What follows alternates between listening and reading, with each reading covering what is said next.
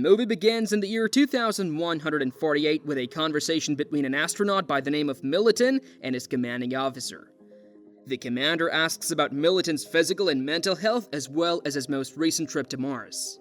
After Militon gives her his word that he is well, the commander gives him an update on their impending trip to Alpha Centauri. To Militon's dismay, he likes to work alone. She tells him that he will require a partner for this trip. With no other choice, the commander is adamant that Nemani, a cyborg, will be his new partner. Militon gives his approval to the assignment and the introduction of a fresh associate. Militon traveling to Alpha Centauri on the spaceship beside an unconscious Nemani. He starts the spaceship's engine, and before long, they're traveling through space to reach their goal. As days pass, we reach at day 19, rather apprehensive at first. To meet his bodily demands, Militon chooses to activate Nemani for some close companionship. After this exchange, they start by holding hands. Nemani interrogates Militon over his previous love connections. By day 41, he confesses that he had lost faith in human woman because of the misery his past relationships had brought him. According to Nemani's data analysis, Militon hasn't been utilizing her for her intended purpose. Instead, she's been using her mostly for personal gratification. He gives the cyborg instructions to dance for him, act naive, and converse with him as though he were a stranger. She rejects his attempt at an encounter because of her updated settings. After 298 days, the leader of the insurgent gets in touch with him to inquire about his whereabouts. He tells her that the spacecraft is still headed towards Alpha Centauri and is operating as intended. Then, the commander asks him about his friendship with Nemani. In response, he says he would rather work alone. In order for Nemani to help the commander with spacecraft operations, the commander advises switching her mod from romance to service. But he doesn't take her advice at heart. He asks his spaceship to erase Nemani's data on him after hanging up with his commander, but the spaceship says no because of insufficient security clearance. In the days that follow, Militon, despite his commander's recommendation to change Nemani's mod to service, Militon keeps Nemani in relationship mod. One day, Nemani's argument mod abruptly kicks in, as Militon is fixing the spacecraft. She confronts him and condemns him for his lack of hygiene. Retrieved, taken aback by this, he quickly modifies her mod with his remote. Asks a spaceship if he can restart his robot because he thinks it may be malfunctioning, intrigued by this militant. He learns from the spaceship that Nemani will reshape her reboot based on her interactions with him, potentially making her appear less artificial and more human.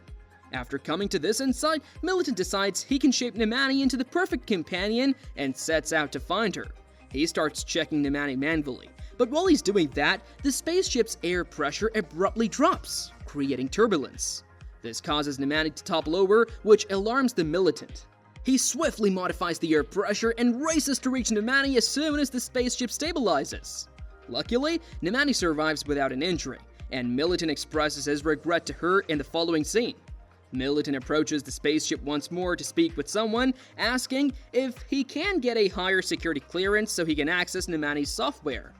He is informed by the ship that access of this kind is only possible in cases of extreme emergency. His curiosity grabs and he walks away. He goes to the control room and asks for the ship's layout to be displayed. Then, in the hopes of gaining exclusive access to Nemani, he starts to disassemble the ship, rip out wires, and cause havoc. The ship eventually runs into significant turbulence and strays from its intended trajectory, leaving it with no other choice. Some unrestricted access to all systems, including Nemani, is provided by the ship. He quickly heads to Nemani and starts erasing her software and any information that might be related to him after bringing the ship back to stability. He then starts the machine to reset, and after a short while, Nemani wakes up but without her software. She goes on to clarify that the removal of her software does not change her standing as an employee or the company that she is still accountable for carrying out their purpose. Militant is left feeling discouraged as she leaves. Militant tries again to make a move, but Nemani, who is now fully in charge of herself, pushes him away and he collapses on the floor. Over the next few days, Nemani and Militant argue, with her pushing for him to work out more. Given how important his physical well-being is to the mission's success, Militant feels that this is retaliation for what he did earlier. He accuses her of wanting to exact revenge on him, and with that, he leaves, having freed her. He agrees that he is to blame for the ship's damage and says he has deleted the Nemani software. His commander is shocked by this information and she alerts him to the danger he is in. Militan reassures her, nonetheless, that he has freed Nemani from their grasp and that she need not worry about the possible repercussions going forward. His commander talks with Nemani after calling her. The commander is reassured by Nemani that everything is going according to plan when she asks the robot for an analytical report, which allays her concerns. In the days that follow, Militan becomes increasingly augmentative with Nemani and seems depressed in her absence. Nemani worries about this because she thinks the Militant's sadness could compromise their purpose. She gives Militant a health check while he's sleeping and finds that he does indeed have depression. Later, when she approaches him for a talk, a Militant asks her why she's hurting him.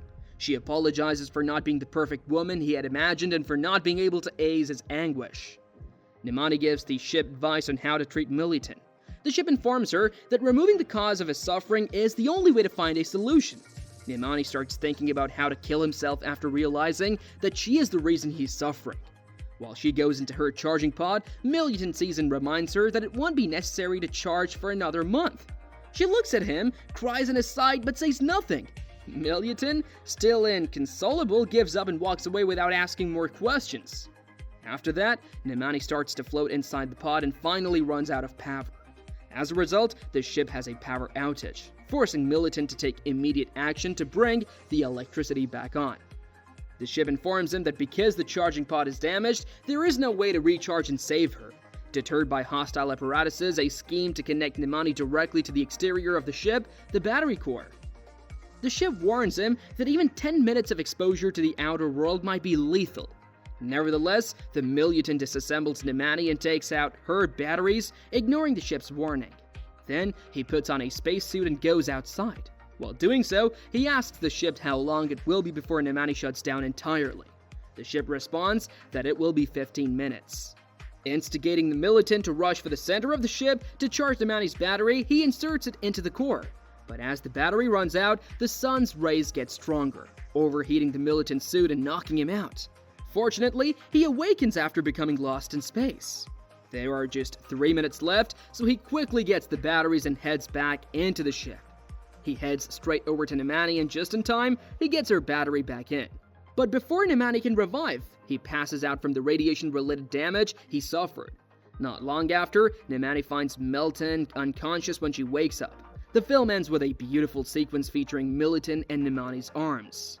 Thank you for watching this video. If you enjoyed this video, don't forget to like, comment, and subscribe for more in-depth explorations of your favorite science fiction episodes and movies. Let us know in the comments what other episodes and movies you'd like us to cover. Until next time, stay curious and keep questioning the limits of your imagination.